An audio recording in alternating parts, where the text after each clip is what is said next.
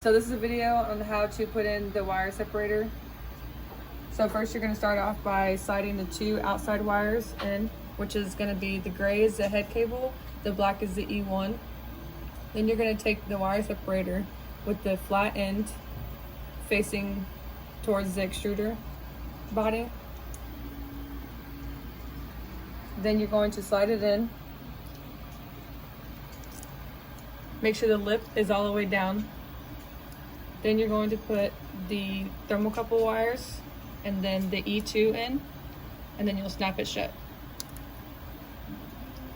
The wire separators on the Y-axis. So it's the same thing as the other video. You're gonna put the two outside wires in, which is gonna be the head cable.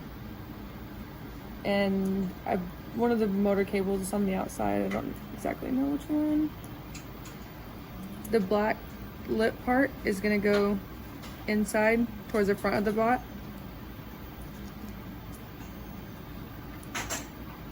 Then you're going to put the next black wire,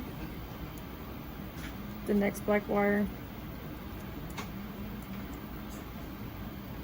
Then you're going to do the thermocouple wire and you're going to do the limit switch and close it up. That's it.